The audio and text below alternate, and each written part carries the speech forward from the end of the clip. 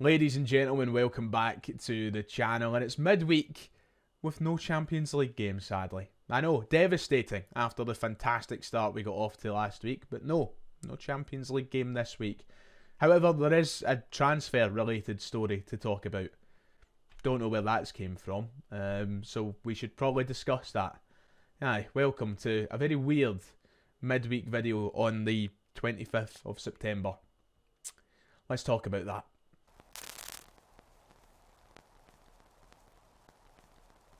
If you haven't already, please, as always, I urge you to go down below, hit like and subscribe. It would be much appreciated as we try and get towards 50,000 subscribers. We've got a members-only live stream tonight as well on the channel, so if you'd like to catch that and you aren't a channel member yet, well, feel free to do that also. But yeah, the main concern, like, subscribe. It's time for some more daily Celtic news. We've actually got something to talk about today. That's nice. It's good. And a weird one at that. So I understand that you might be thinking to yourselves, what are you talking about in the intro to the video? Why are you talking about transfers? Who's signing for Celtic at the tail end of September? The transfer window shut right at the end of last month. We shouldn't be talking about transfers anymore. Not until late December anyway. Nonetheless, the media always finds a way to make one happen, don't they? They always like to find a headline, an article to get Celtic fans talking, and that is no different today, as outlets in Sweden have linked Celtic with a potential January signing already. So, yeah, we're going to talk about that. So the headlines in Sweden this morning, well, this was them. Celtic spy on Basilmana Toure. The article from Ola Gustafsson of Football Direct goes on to say that developments are taking place around 18-year-old super talent, with a lot of teams looking at the potential signing of him. Yeah, now this isn't fresh. This isn't something that we've not already heard or discussed so far this season. Let me cast your minds back to the 2nd of August this year. This was an article that was written by Gavin Berry in the Daily Record. That was also ran with a few other mainstream publications, that Celtic were looking at Basilmana Toure. He was scouted by Celtic. That article went on to say that Celtic were reportedly scouting the teenage African sensation back at the beginning of August, but this story has come up again today in the country where he's currently playing right now, linking him with the club once more. So it seems like there's a wee bit more in the story from what there was back at the beginning of August. Football Direct went on today to say that there is a number of sides interested in the 18-year-old from the Ivory Coast, including Bayer Leverkusen, Eintracht Frankfurt, Crystal Palace and Benfica. And according to the Football Direct sources, Celtic are also involved, and according to our sources, considered to be seriously interested in the player. The Scots have now seen Toure on site in Stockholm through Chief Scout Joe Lefebvre, who is said to have been impressed from what he has seen. Celtic also became extra interested because in the past year they have made their two biggest transfers of all time in Jota and Matt O'Reilly. And that's important because the transfer could be in the region of 10 million euros when it happens. So not only have we heard first-hand information that Chief Scout Joe Lefebvre has been looking and impressed at Basilmana Toure, but we've also heard that the club are in the seriously interested category, and it would take 10 million euros to lure the player, which is a hell of a lot of money to be discussing in late September when the transfer window has just shut.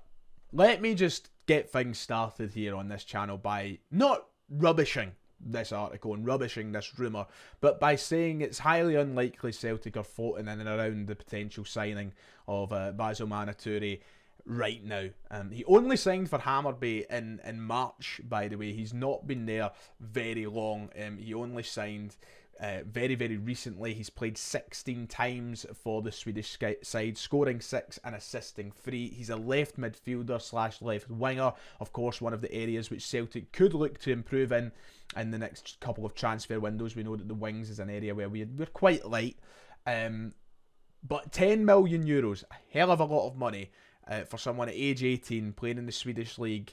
He's only turned 18 as well, may we add to this conversation, by the way. He's only turned 18 in March. It's a lot of money. And I think this article could be a case of the good old-fashioned agent putting a word in, trying to get the big move. But there's definitely a talent there. We are hearing Bayer Leverkusen, Eintracht Frankfurt, Crystal Palace of the Premier League, and of course ourselves being linked with the player, which shows that there is definitely a talent here. There's no denying that this is someone with high potential if these are the clubs looking in and around the possibility of signing the player. Celtic have the financial power to pull off a €10 million signing. You know, it would bring it to around £8 million. We can do that. That's the money that Celtic should be paying for their players nowadays if they really want to improve their side for the European standard competitions. But I do think that this is one that should be really taken with a pinch of salt, especially in September. Listen, if we get to December, January time, and Basil Manaturi's name is still doing the rounds, he's still performing really well in Sweden, then yeah, by all accounts, maybe we'll have more to talk about then.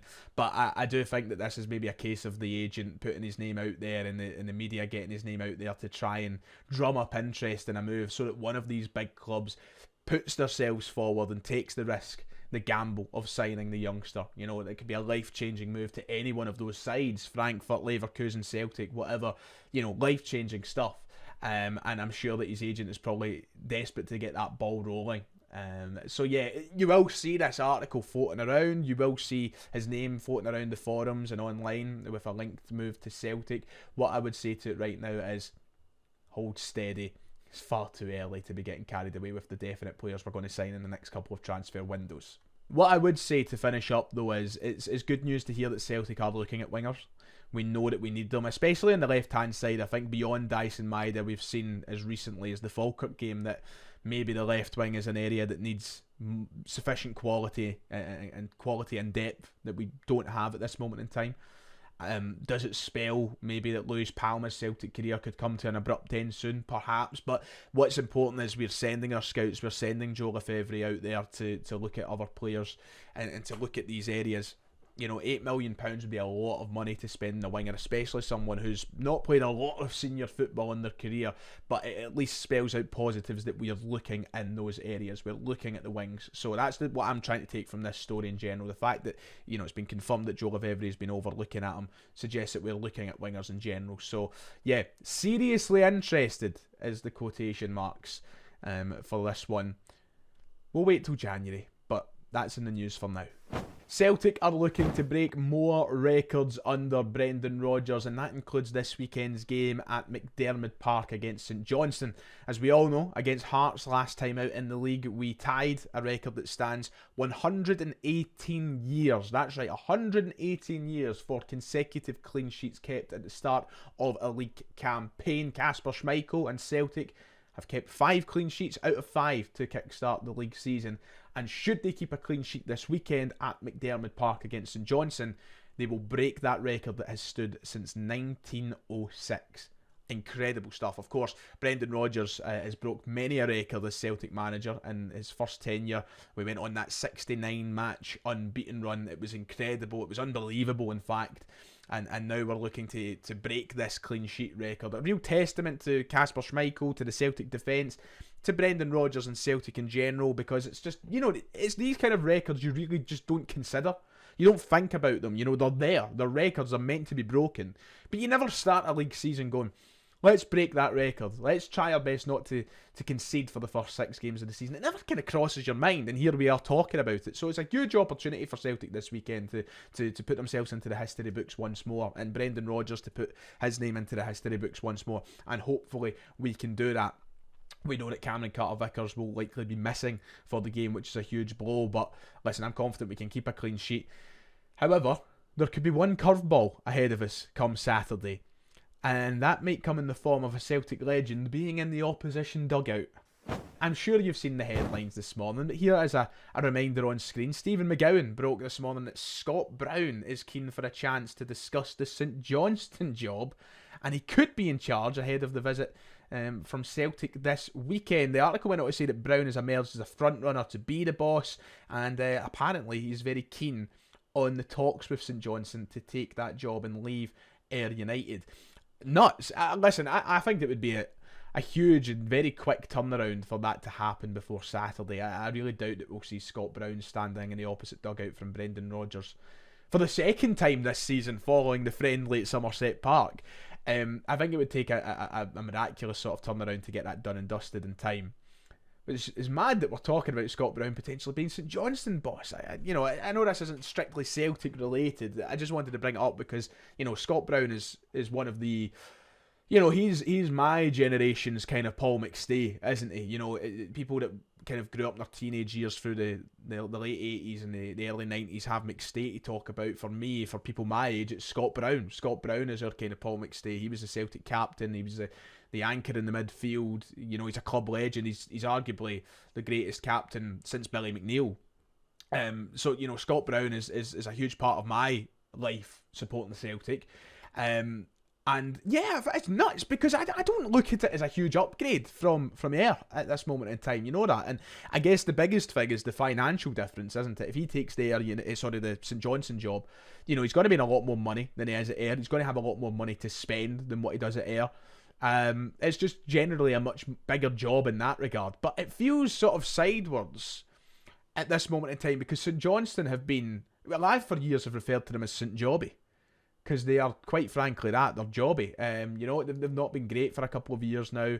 They've been dancing around the relegation zone. This year, they are firm favourites to go down in a lot of people's eyes.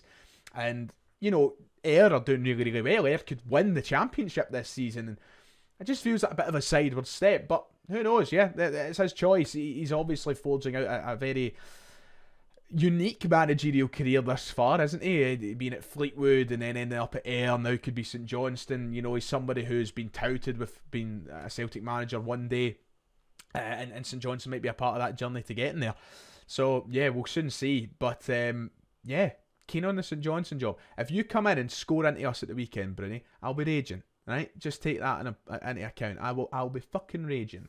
And that's about it for today. Apart from the big Bowsermana Tsuri story, there's not a lot to talk about, quite frankly. But the good thing is we're back in the studio tomorrow night for the Celtic the Thunder. We have a game on Saturday as well, which is always handy. And then we're back into talking about the Champions League next week. So yeah, things will be coming thick and fast. So thank you for bearing with me in those times. But for now, that's it. Thank you for watching. If you've enjoyed, hit like and subscribe, and I'll see you all next time. Shout out to everybody who has joined the 118 Club or the Thunder Club thus far. Thank you for your continued support here on Ryan 118, and enjoy your moment of glory here on screen.